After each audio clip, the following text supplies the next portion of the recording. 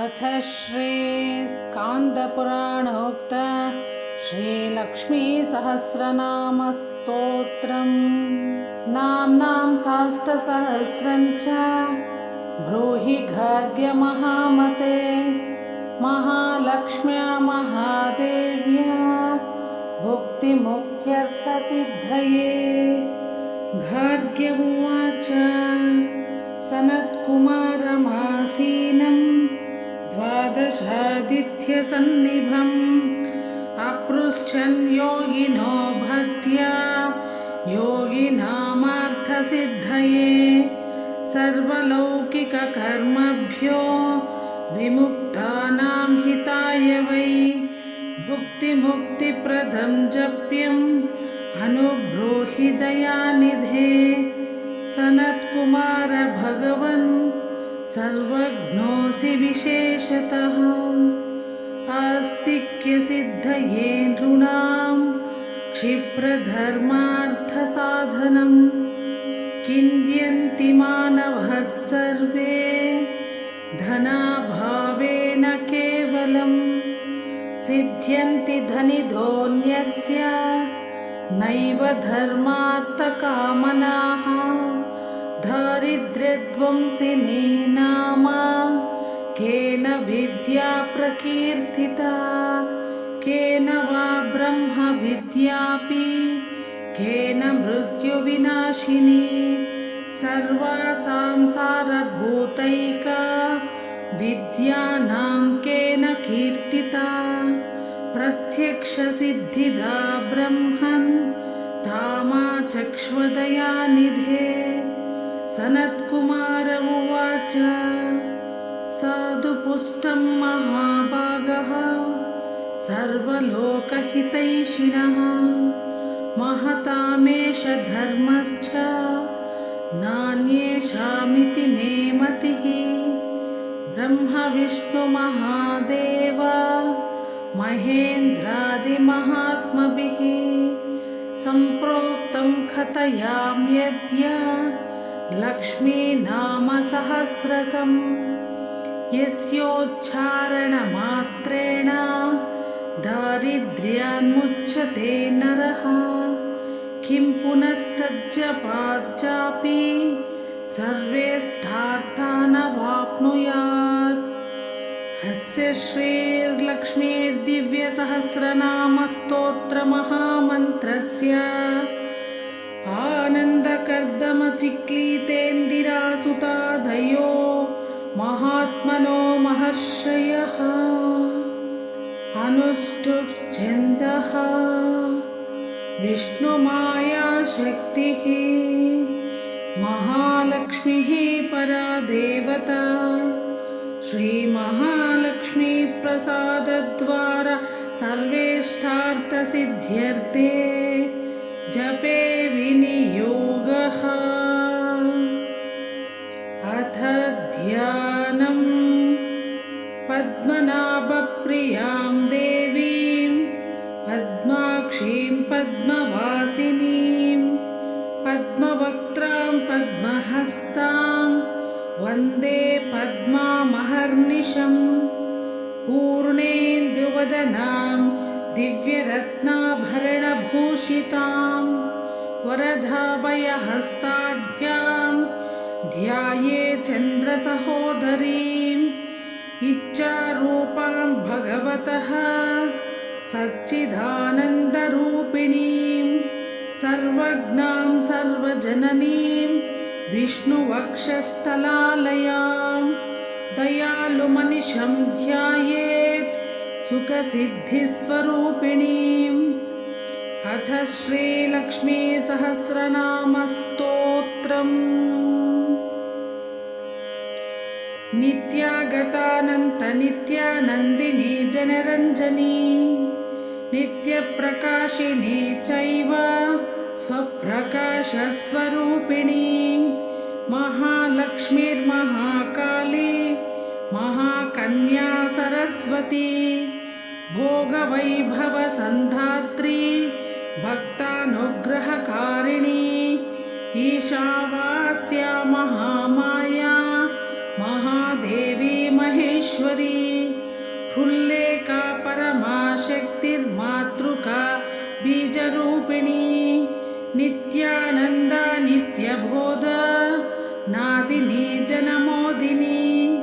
सत्यप्रत्ययिनी चैव स्वप्रकाशात्मरूपिणी त्रिपुरा भैरवी विद्या हंसा वागीश्वरी शिवा वाग्देवी च महारात्रिः कालरात्रिस्त्रिलोचना भद्रकाली कराली च महाकाली तिलोत्तमा काली करालवक्त्रान्ता कामाक्षी कामदा शुभा चण्डिका चण्डरूपेश चामुण्डा चक्रधारिणी त्रैलोक्यजयिनी देवी त्रैलोक्यविजयोत्तमा सिद्धलक्ष्मीः क्रियालक्ष्मीर्मोक्षलक्ष्मी प्रसादिनी उमा भगवती दुर्गा चान्द्री दाक्षायणी शिवा प्रत्यङ्गिराधरा वेला लोकमाता हरिप्रिया पार्वती परमादेवी ब्रह्मविद्याप्रदायिनी अरूपा बहुरूपा च विरूपा विश्वरूपिणी पञ्चभूतात्मिका वाणी पञ्चभूतात्मिका परा काली मा पञ्चिका वाग्मी हविः प्रत्यधिदेवता देवमाता सुरेशाना देवगर्भाम्बिका धृतिः संख्या जातिः क्रियाशक्तिः प्रकृतिर्मोहिनी मही यज्ञविद्या महाविद्या गुह्यविद्या विभावरी ज्योतिष्मती महामाता सर्वमन्त्रफलप्रदा दारिद्र्यध्वंसिनी देवी हृदयग्रन्थिभेदिनी सहस्रादित्यसङ्काशा चन्द्रिका चन्द्ररूपिणी गायत्री सोमसम्भूतिः सावित्री प्रणवात्मिका शाङ्करी वैष्णवी ब्राह्मी सर्वदेवनमस्कृता सेव्यदुर्गा कुबेराक्षी करवीरनिवासिनी जया च विजया चैव जयन्ती चापराजिता कुब्जिका कालिका शास्त्री वीणा पुस्तकधारिणी सर्वज्ञशक्ति श्रीशक्ति ब्रह्म विष्णु शिवात्मिका इडा पिङ्गलिका मध्या मृणाली तन्तुरूपिणी यज्ञेशानि प्रतादीक्षा दक्षिणा सर्वमोहिनी अष्टाङ्गयोगिनी देवी निर्भीजध्यानगोचरा सर्वतीर्थस्थिता शुद्धा सर्वपर्वतवासिनी वेदशास्त्रप्रभा देवी षडङ्गादिपदक्रमा शिवा धात्री शुभानन्दा यज्ञकर्मस्वरूपिणी व्रतिनी मेनका देवी ब्रह्माणी ब्रह्मचारिणी एकाक्षरपरा तारा भवबन्धविनाशिनी विश्वम्भरा धारा निराधारादिकस्वरा राकाकुहूरमावास्या पूर्णिमानुमती द्युतिः सिनीवाली शिवा वर्षा वैश्वदेवी पिशङ्गिला पिप्पला च विशालाक्षी रक्षोऽग्निवृष्टिकारिणी दुष्टविद्राविणी देवी सर्वोपद्रवनाशिनी शारदा शरसन्धाना सर्वशस्त्रस्वरूपिणी युद्धमध्यस्थिता देवी सर्वभूतप्रभञ्जनी अयुद्धा युद्धरूपा च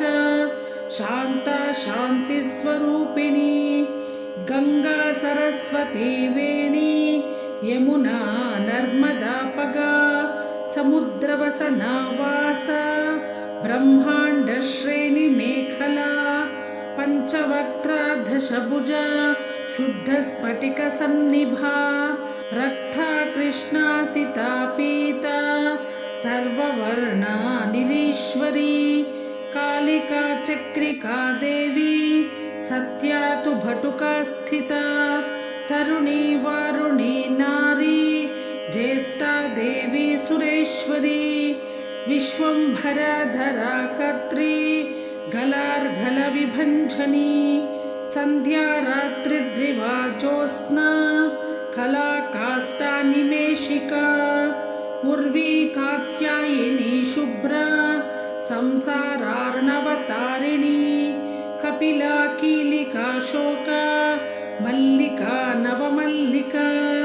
देविका नन्दिका शान्ता भञ्जिका भयभञ्जिका कौशिकी वैदिकी देवी सौरी रूपाधिकातिभा दिग्वस्त्रा नववस्त्रा च कन्यका कमलोद्भवा श्रीः सौम्यलक्षणातीतदुर्गा सूत्रप्रबोधिका श्रद्धा मेधा कृतिः प्रज्ञा धारणा कान्तिरेव च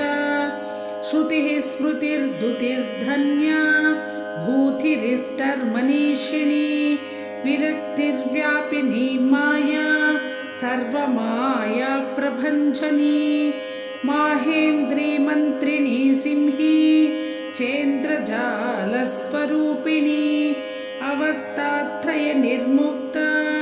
गुणत्रय विवर्जिता ईषणत्रय निर्मुक्ता सर्वरोग विवर्जिता योगिध्यानान्तगम्या च योगध्यानपरायणा त्रयीशिखा विशेषज्ञा वेदान्तज्ञानरूपिणी भारती कमला भाषा पद्मा पद्मावती कृतिः गौतमी गोमती गौरी ईशाना हंसवाहिनी नारायणी प्रभाधारा जाह्नवी शङ्करात्मजा चित्रघण्टा सुनन्दा श्रीर्मानवी मनुसम्भवा स्तम्भिनी क्षोमिणी मारी भ्रामिणी शत्रुमारिणी मोहिनी द्वेषिणी वीरा अघोरा रुद्ररूपिणी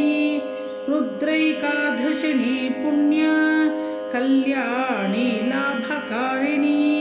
देवदुर्गा महादूता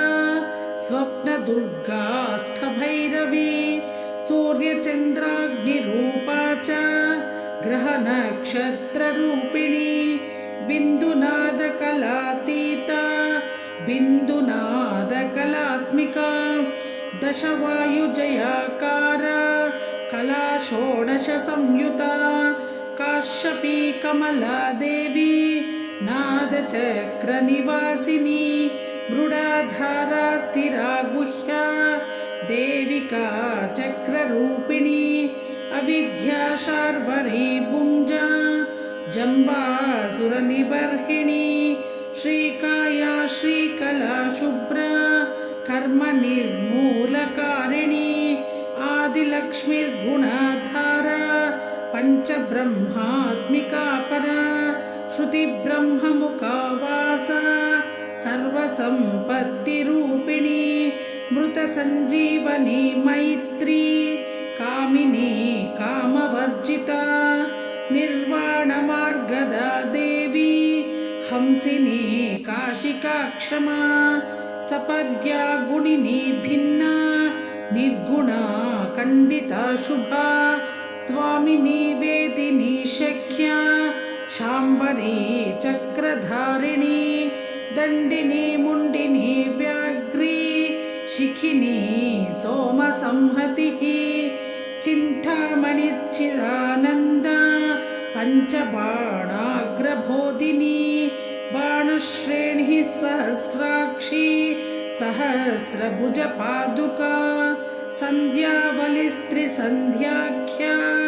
ब्रह्माण्डमणिभूषण वासवी दारुणी सेना कुलिका मन्त्ररञ्जनी जितप्राणस्वरूपा च कान्ता काम्यवरप्रदा मन्त्रब्राह्मणविद्यार्थी नादरूपा हविष्मती अतर्वर्णिः श्रुतिः शून्या कल्पना वर्जिता सती सत्ता जातिः प्रमामेया प्रमितिः प्राणदा गतिः अवर्णा पञ्चवर्णा च सर्वदा भुवनेश्वरी त्रैलोक्यमोहिनी विद्या सर्वभद्रीक्षराक्षरा हिरण्यवर्णा हरिणी सर्वोपद्रवनाशिनी कैवल्यपदवीरेखा सूर्यमण्डलसंस्थिता सोममण्डलमध्यस्था वह्निमण्डलसंस्थिता वायुमण्डलमध्यस्था व्योममण्डलसंस्थिता चक्रिका चक्रमध्यस्था चक्रमार्गप्रवर्तिनी कोकिला कुलचक्रेशा पक्षतिः पङ्क्तिपावनी सर्वसिद्धान्तमार्गस्था षड्वर्णावरवर्जिता शररुद्रहरा हन्त्री सर्वसंहारकारिणी पुरुषा पौरुषी तुष्टिः सर्वतन्त्रप्रसूतिका अर्धनारीश्वरी देवी सर्वविद्याप्रदायिनी भार्गवी भूजुषी विद्या सर्वोपनिषदास्थिता व्योमकेशाखिलप्राणा पञ्चकोशविलक्षणा पञ्चकोशात्मिका प्रत्यक् पञ्चब्रह्मात्मिका शिवा जगज्झरा जनित्री च पञ्चकर्मप्रसूतिका वाग्देव्याभरणाकारा सर्वकाम्यस्थिता स्थिति अष्टादश चतुष्षष्टि पीठिका विद्ययायुता कालिकाकर्षणश्यामा यक्षिणी किन्नरेश्वरी केतकी मल्लिकाशोक वाराही धरणी ध्रुव नारसिंही महोग्रस्य भक्तानामार्तिनाशिनी अन्तर्बला स्थिरा लक्ष्मी जरामरणनाशिनी श्रीरञ्जिता महाकाया सोमसूर्याग्निलोचना अदितिर्देवमाता च अष्टपुत्राष्टयोगिनी अष्टप्रकृतिरष्टाष्ट विभ्राजद्विकृताकृतिः दुर्भिक्षध्वंसिनी देवी सीता सत्या च रुक्मिणी ख्यातिजा भार्गवी देवी देवयोनिस्तपस्विनी शाकम्भरी महाशोणा गरुडोपरि संस्थिता सिंहगा व्याघ्रगा देवी वायुगा च महाद्रिगा अकारादिक्षकारान्ता सर्वविद्यादिदेवता मन्त्रव्याख्याननिपुणा ज्योतिःशास्त्रैकलोचना इडा पिङ्गलिका मध्या सुषुम्ना ग्रन्थिभेदिनी कालचक्राश्रयोपेता कालचक्रस्वरूपिणी वैशारदीमतिश्रेष्ठा वरिष्ठा सर्वदीपिका वैनायकी वरारोहा श्रोणिवेला बहिर्वलिः जम्मिनी जृम्बिणी जम्भकारिणी गणकारिका शरणी चक्रिकानन्ता सर्वव्याधिचिकित्सकी देवकी देवसङ्काशा वारिधिः करुणाकरा शर्वरी सर्वसम्पन्ना सर्वपापप्रभञ्जनी एकमात्रा द्विमात्रा च त्रिमात्रा च तथा परा अर्धमात्रा परसूक्ष्म सूक्ष्मार्थपरापर एकवीरा विशेषाख्या षष्ठी देवी मनस्विनी नैष्कर्म्या निष्कला लोक ज्ञानकर्मादिका गुण सबन्ध्वानन्द संदोह व्योमाकार निरूपिता गद्यपद्यात्मिका वाणी सर्वालंकार संयुता साधुबंध पदन्यास सर्वाको घटिकावलिः षट्कर्मा कर्कशाकार सर्वकर्मा विवर्जिता आदित्यवर्णा चापर्णा कामिनी वररूपिणी ब्रह्माणि ब्रह्मसन्ताना वेदवागीश्वरी शिवा पुराणन्यायमीमांसा धर्मशास्त्रागमाश्रुता सद्यो वेदवती सर्वा हंसी विद्याधिदेवता विश्वेश्वरी जगद्धात्री विश्वनिर्माणकारिणी वैदिकी वेदरूपा च कालिका कालरूपिणी नारायणी महादेवी सर्वतत्त्वप्रवर्तिनी हिरण्यवर्णरूपा च हिरण्यपदसंभवा कैवल्यपदवी पुण्या कैवल्यज्ञानलक्षिता ब्रह्मसम्पत्तिरूपा च ब्रह्मसम्पत्तिकारिणी वारुणी वारुणाराध्या सर्वकर्मप्रवर्तिनी एकाक्षरपरायुक्ता सर्वदारिद्र्यभञ्जिनी पाशाङ्कुशान्विता दिव्या वीणा व्याख्याक्षसूत्रभृत् एकमूर्तिस्त्रयी मूर्ति मधुकैटभभञ्जिनी साङ्ख्या साङ्ख्यवती ज्वाला ज्वलन्ती कामरूपिणी जाग्रन्ती सर्वसम्पत्तिः सुषुप्तान्वेष्टदायिनी कपालिनी महादंष्ट्र भ्रुकुटी कुटिलानना सर्वावासा सुवासा च बृहत्यष्टिश्च शङ्करी छन्दो गणप्रतिष्ठा च कल्माशी करुणात्मिका चक्षुष्मती महाघोषा खड्गचर्मधरा शनिः शिल्पवैचित्र्यविद्योता सर्वतो भद्रवासिनी अचिन्त्यलक्षणाकारा सूत्रभाष्यनिबन्धना सर्ववेदार्थसम्पत्तिः सर्वशास्त्रार्थमातृका अकारादीक्षकारान्त सर्ववर्णकृतस्थल सर्वलक्ष्मीः सदानन्द सारविद्या सदाशिवा सर्वज्ञा सर्वशक्तिश्च खेचरी रूपगोस्त्रिता अणिमादिगुणोपेता पराकाष्ठा परागतिः हंसयुक्तविमानस्था हंसरूढा शशिप्रभा भवानी वासनाशक्ति राकृतिस्ताखिलाखिला तन्त्रहेतुर्विचित्राङ्गी व्योमगङ्गा विनोदिनी वर्षा च वार्षिका चैव ऋग्यजुस्सामरूपिणी महानदी नदी पुण्याङ्ग पुण्या पुण्य गुणक्रिया समाधिगतलभ्यार्था श्रोतव्या स्वप्रिया घृणा नामाक्षरपरा देवी उपसर्गनखाञ्चिता निपातोरुद्वयी जङ्घ मातृका मन्त्ररूपिणी आसीना च शयाना च तिष्ठन्ति धावनादिका लक्षलक्षणयोगाढ्या ताद्रूप्यगणनाकृतिः सैकरूपा नैकरूपा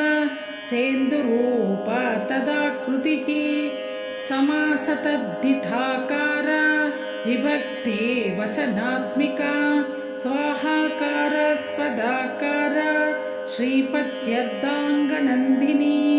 गम्भीरा गहना गुह्या योनिलिङ्गार्धधारिणी शेषवासुकि संसेव्या चशाला वरवर्णिनी कारुण्याकार संपत्तिः कीलकुन्मन्त्रकीलिका शक्तिबीजात्मिका सर्वमन्त्रेष्ठाक्षयकामना अग्नेयी पार्थिवा आप्या वायव्या व्योमकेतना सत्यज्ञानात्मिकानन्द ब्राह्मी ब्रह्म सनातनी अविद्यावसना माया प्रकृति सर्वमोहिनी शक्तिर्धारणशक्तिश्च चिदचिश्शक्तियोगिनी वक्त्रारुणा महामाया मरीचिर्मदमर्धिनी विराट् स्वाहा स्वदा शुद्धा निरूपास्तिः सुभक्तिगा निरूपितद्वयी विद्या नित्या नित्यस्वरूपिणी वैराजमार्गसञ्चार सर्वसत्पथदर्शिनी जालन्धरी मृडानी च भवानी भवभञ्जनी त्रैकालिकज्ञानतन्तुसी त्रिकालज्ञानदायिनी नादातीता स्मृतिः प्रज्ञा धात्री रूपा त्रिपुष्करा पराजिता विधानज्ञा विशिशितगुणात्मिका हिरण्यकेशिनी हेमब्रह्मसूत्रविचक्षणा असङ्ख्येयपरार्थां तस्वरव्यञ्जनवैखरी मधुजिह्वा मधुमती मधुमासोदया मधुः माधवी च महाभागा मेघगम्भीरनिस्वना ब्रह्मविष्णुमहेशादि ज्ञातव्यार्थविशेषगा नाभो वह्निशिखाकारा ललाटे चन्द्रशन्निभा भ्रूमध्ये भास्कराकारा सर्वताराकृतिर्हृदि कृत्तिकादिभरण्यन्तनक्षत्रोऽस्त्या अर्चितोदया ग्रहविद्यात्मिका ज्योति ज्योतिर्विन्मतिजीविका ब्रह्माण्डगर्भिणी बाला सप्तावरणदेवता वैराजोत्तमसाम्राज्य कुमारकुशलोदया बगला भ्रमराम्भा च शिवदूति शिवात्मिका मेरुविन्द्यातिसंस्थाना काश्मीरपुरवासिनी योगनिद्रा महानिद्रा विनिद्रा राक्षसाश्रिता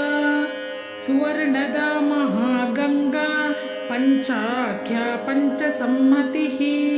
सुप्रजाता सुवीरा च सुपोषा सुपतिः शिवा सुगृहा रक्तबीजान्ता हतकन्दर्पजीविका समुद्रव्योममध्यस्था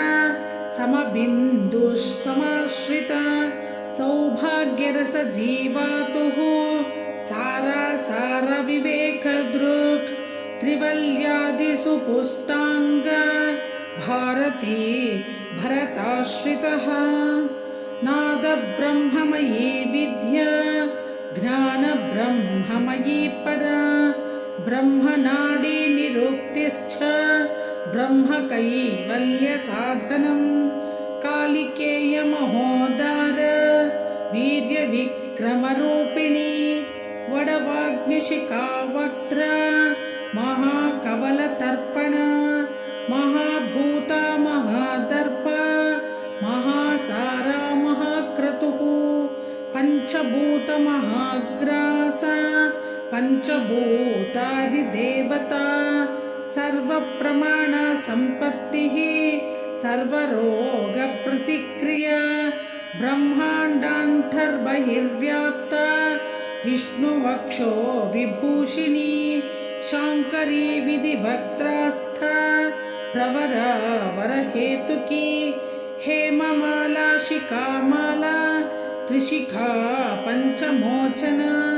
सर्वागमसदाचार मर्यादा यातु भञ्जनी पुण्यश्लोकप्रबन्धाढ्या सर्वान्तर्यामि रूपिणी सामगानसमाराध्य श्रोत्रकर्णरसायनं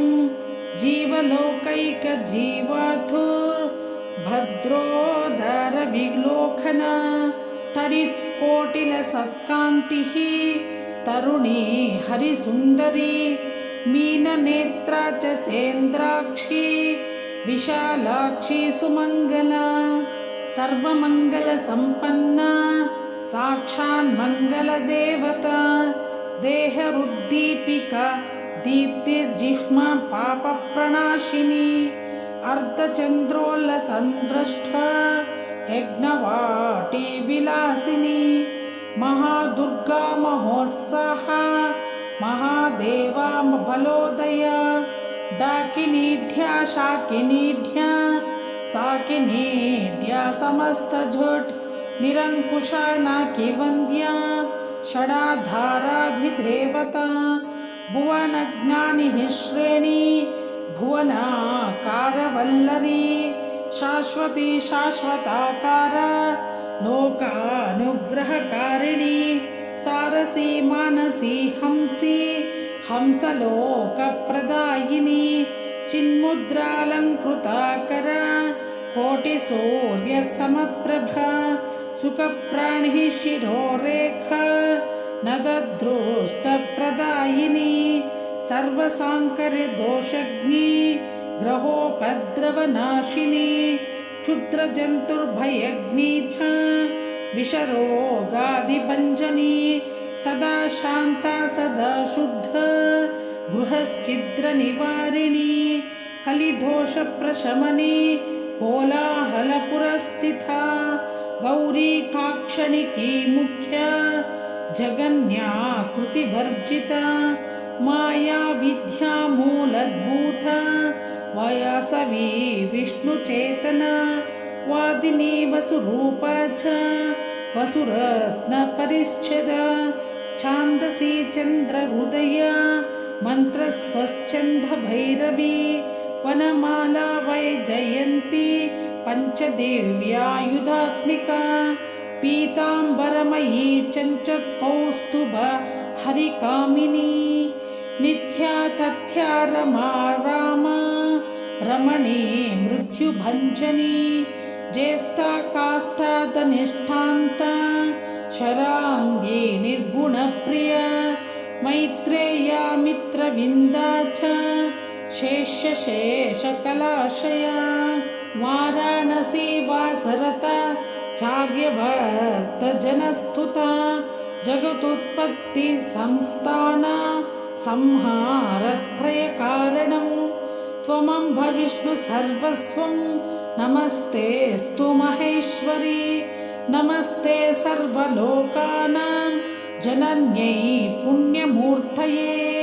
सिद्धलक्ष्मीर्महाकाली महालक्ष्मी नमोऽस्तु ते सद्यो जातादिपञ्चाग्निः रूपापञ्चकपञ्चकं तन्त्रलक्ष्मीर्भवत्यादि राध्याद्येते नमो नमः सृष्ट्यादिकारणकार वितते दोषवर्जिते जगल्लक्ष्मीर्जगन्नाथ विष्णुपत्नी नमोऽस्तु ते नवकोटिमहाशक्ति समुपास्य पदाम्बुजे कनसौवर्णरत्नाढ्ये सर्वाभरणभूषिते अनन्ता नित्यमहिषी प्रपञ्चेश्वरनायकी अत्युच्छ्रितपदान्तस्थे परमव्योमनायकी नाकपृष्ठगताराध्ये विष्णुलोकविलासिनी वैकुण्ठराजमहिषी श्रीरङ्गनगराश्रिते रङ्गनायकी भूपुत्री कृष्णे वरदवलभे कोटिब्रह्मादिसंसेव्ये कोटिरुद्रादिकीर्तिते मातुलङ्गमयं खेटं सौवर्णचषकं तथा पद्मद्वयं पूर्णकुम्भं क्षीरं च वरदाभये पाशमङ्कुशकं शङ्खं चक्रं शूलं कृपाणिकां धनुर्बाणोच्चाक्षमालां चिन्मुद्रामपि बिभ्रति अष्टादशभुजे लक्ष्मी महाष्टादशपीठगे भूमिनीलादिसंसेव्ये स्वामि चित्तानुवर्तिनि पद्मे पद्मालये पद्मी पूर्णकुम्भाभिचेषिते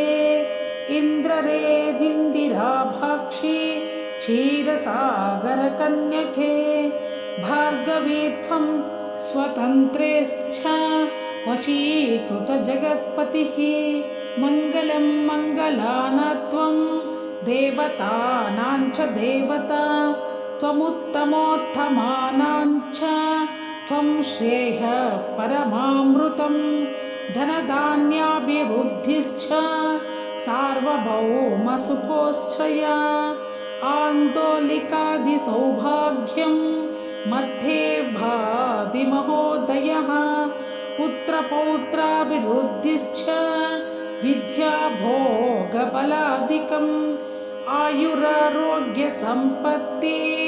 अष्टैश्वर्यं तमेव हि पदमेव विभूतिश्च सूक्ष्मतरा गतिः सदयापाङ्गसन्धत्ता ब्रह्मेन्द्रादिपदस्थितिः अव्याहतमहाभाग्यं त्वमेवाक्षोभ्यविक्रमः समन्वयश्च वेदानां विरोधस्त्वमेव हि निःश्रेयसपदप्राप्ति साधनं फलमेव च श्रीमन्त्रराजराज्ञी च श्रीविद्या क्षेमकारिणी श्रीं बीजजपसन्तुष्ट ऐं ह्रीं श्रीं बीजपालिका प्रपत्तिमार्गसुलभा विष्णुप्रथमकिङ्करी क्लीङ्कारार्थसावित्री च सौमङ्गल्यादिदेवता श्रीषोडशाक्षरी विद्या श्रीयन्त्रपुरवासिनी सर्वमङ्गलमाङ्गल्ये शिवे सर्वार्थसाधिके शरण्ये त्र्यम्बके गौरी नारायणी नमोऽस्तुते पुनः पुनर्नमस्तेऽस्तु साष्टाङ्गमयुतं पुनः सनत्कुमार उवाच एवं स्तुता महालक्ष्मी ब्रह्मरुद्रादिभिः सुरैः नमद्भिरार्थैर्दिन्यैश्च निःस्वत्वैर्भोगवर्जितैः ज्येष्ठाजुष्टैश्च निःश्रीकैः संसारस्वपरायणैः विष्णुपत्नी ददौ तेषां दर्शनं दृष्टितर्पणं शरत्पूर्णेन्द्रकोट्या भधवलापाङ्गवीक्षणैः सर्वान् सत्त्वसमाविष्टान् चक्रे हृष्टावरं ददौ महालक्ष्मीरुवाच नाम्नां शास्त्रसहस्रं मे प्रमादाद्वापि ह्यः सकृत् कीर्तये तत्कुले सत्यं वस्याम्या चन्द्रतारकं किं पुनर्नियमाज्जपस्तुर्मधेकशरणस्य च मातृवासानुकम्पाहं पोषके स्यामहर्निशं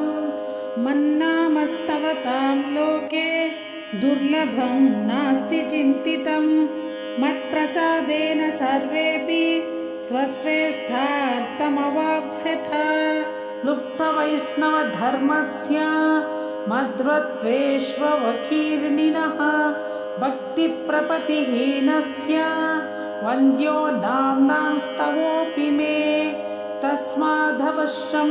तैर्द्रोषैर्विहीनः पापवर्जितः जपे शास्त्रसहस्रं मे नाम्नां प्रत्यहमादरात् साक्षादलक्ष्मीपुत्रोऽपि दौर्भाग्योऽप्यलसोऽपि वा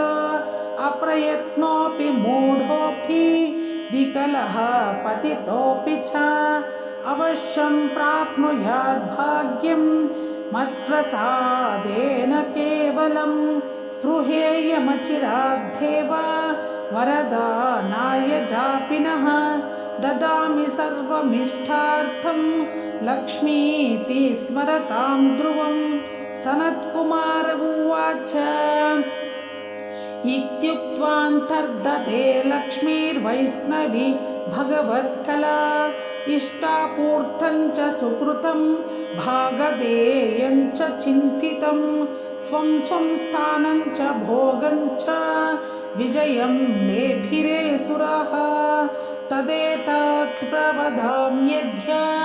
लक्ष्मीर्नाम सहस्रकं योगिनः पठत क्षिप्रं चिन्तितार्थानवाप्स्यथ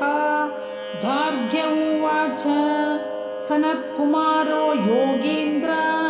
इत्युक्त्वा स दयानिधिः अनुगृह्य ययौ क्षिप्रं तांश्च 12 योगिनः तस्मादेतरहस्यं च गोप्यं जप्यं प्रयत्नतः